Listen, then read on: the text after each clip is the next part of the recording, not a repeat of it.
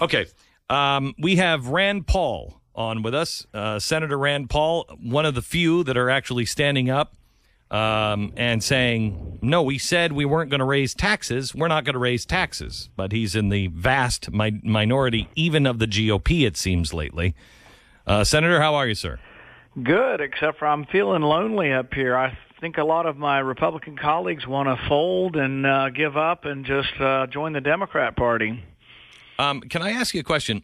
What is the strategy here of not having significant cuts, the only chip you have on the table, and then having the president making a deal where we'll go back to cuts later?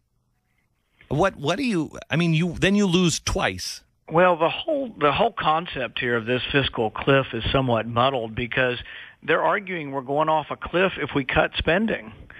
And then they're arguing we are going off a cliff if we raise taxes, but we won't go off the cliff if we only raise 40% of the nation's taxes. None of this argument makes sense, but the real problem is Republicans are giving up on who we are, and I've got something that will come out in the Wall Street Journal either today or tomorrow where I say, look, if we're no longer going to be the party of lower taxes that believes that you stimulate the economy by leaving more money in the private sector, we might as well disband. I would, you know what, Senator? I would support you 110%, and I think millions of Americans would do the same. It's time to the Republican Party has become the Whig Party. There is nobody nobody has any passion, no passion, except for maybe his family for John Boehner. Maybe his family has passion for John Boehner. Who has passion for the GOP except those who have power? Our problem is we lost an election, but we didn't get really creamed. It was 52-48. 48% of America still believes in what we believe in.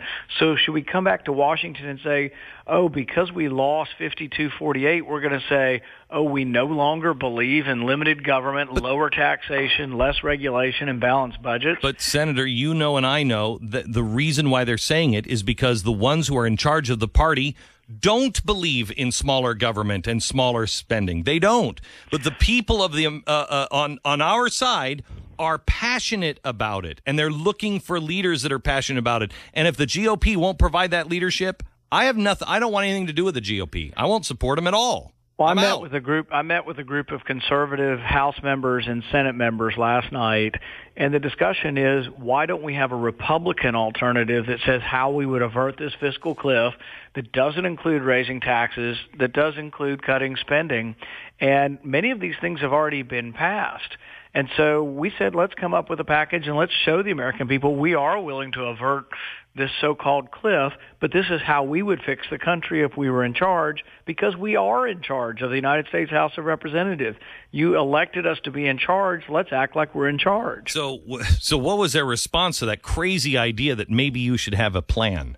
Everybody seemed to be in agreement, but they have to get this through the leadership because you can't introduce a bill in the House of Representatives without approval of the leadership. Well, approval of the leadership means John Boehner, and he sucks.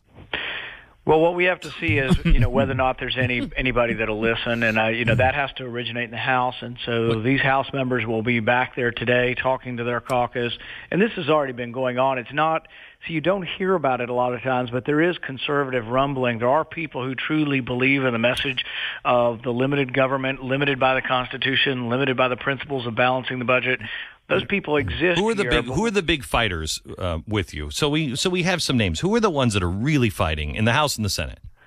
You mean fighting for what's right? Yeah.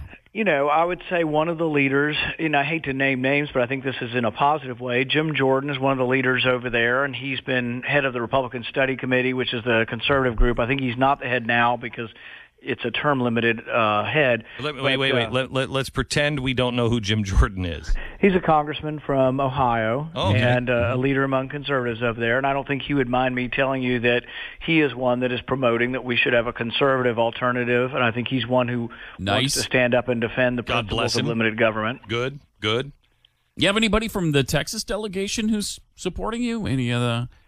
Yeah, there are lots, and I can't go through all the different names of everybody that is working for this. But I would say there are many. They may not be in the majority, but there are many voices who say we shouldn't give up on the taxpayer pledge that we made to voters. So we shouldn't give up on what we believe in as Republicans. So tell us what you think is going to happen, what it means, and then what we can possibly do, because they're going to do this over Christmas break, because that's when they give us a bloodbath. That's when they gave us George Bush gave us the fluorescent light bulb and the incandescent light bulb ban. He gave it to us over Christmas. That's when they gave us Obamacare, and that's when they're going to give us this. So what is it we could possibly do? I think it's going to be big, it's going to be bad, and it's going to be ugly. There'll be a lot of things, a lot of eyesores stuck into this thing. There'll be things stuck into the package no one ever sees in the light of day, but they'll probably pass something before Christmas. The only other possibility is, and there is some rumor that this may happen, the president's out campaigning and that he's more than willing to go off the cliff. The cliff for him is somewhat of a game, so he plays the game of going off the cliff in order to come back in January and say, oh, everybody's taxes went up, but now I want to come back and reduce the middle-class taxes. And he may use it as a game, stick the debt ceiling on it. Either way, I think they stick the debt ceiling on it. So last year we raised the debt ceiling $2 trillion. I think they'll do it again this year. So is there $2 trillion or infinity?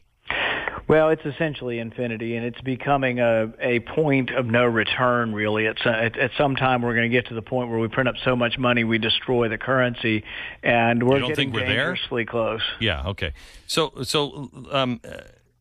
what are are there any states, because I happen to believe the secret is in the individual. I mean, the secret to everything is in the individual town, the individual community, the individual entrepreneur. That's where the answer lies. Are there any states or anything that listeners should be doing with their states to get them involved in making sure that their state is prepared to be a lifeboat for the rest of the country and be able to unplug from this system as it goes down? Yeah, and actually that's one of the bright lights out there is the Supreme Court did give an opening for states to resist Obamacare, resist the expansion of Medicaid.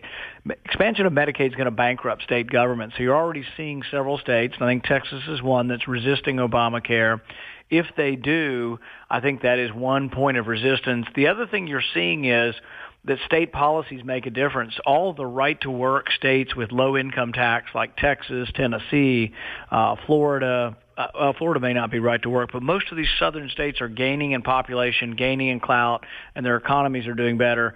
So eventually people will flee where they're not welcome. Where money's not welcome, it flees. So they're going to flee the high tax states like California, Illinois, and New York, and it's already been going on for a decade. We don't want them in Texas. We don't want the people who voted for seriously, don't want somebody who voted for high taxes in Illinois who don't understand what they're running against and will vote for the same thing in Texas. Don't want the people from California who don't really understand. They committed suicide. But it's a strong message, and it's a really important message that we keep saying, why is Texas growing? It's growing because people are coming there because of the entrepreneurial spirit and because of low taxes and because it's a right-to-work state. And if these other economies keep crumbling, hopefully the people coming to Texas will understand that they're coming to get away from big government policy. Now, Senator, is there anything that the people can do to encourage leadership, John Boehner in particular, to allow them, to get him to allow the bill to come to the floor? An alternative plan? A million emails to John Boehner in the next day or two would have some effect. So if everybody listening to your audience right now, which is probably bigger than a million, would actually send an email, if everybody would send an email to John Boehner and say, stand up for what Republicans believe in, put forward a proposal, even if Harry Reid and the president won't sign it, stand up and put forward something you believe in so the American people know that we're not dead and that we still believe in something. Even if ultimately you're going to make some kind of deal with the president, put forward something that you can believe in and your people could actually vote for before you make that deal. Senator Rand Paul, I have a feeling we're going to be hearing a lot more from you in the future. You are a leader that is growing in respect, and you will grow in your clout because you are standing, I believe, where the people are standing. And it's good to have you on the phone, sir. Good to be with you, Glenn. Have a good book tour. Thank you. Appreciate it. Wow. Scary.